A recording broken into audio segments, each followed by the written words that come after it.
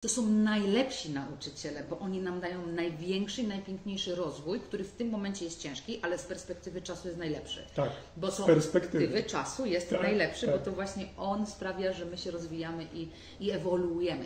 Czyli nasza dusza sobie wylądowała w takiej amnezji tutaj na tą ziemię i zaczyna się przebudzać. I tak jakby na nowo się odradzać i doświadczać i poznawać, ale dostaje też pewien zasób właśnie energii, z którą przychodzi, zasób darów, zasób możliwości i talentów, bo ta energia ma jej posłużyć do przejścia tych doświadczeń życiowych. Ja jestem zawsze konkretna, to the point. Tak, natomiast o co chcę zapytać?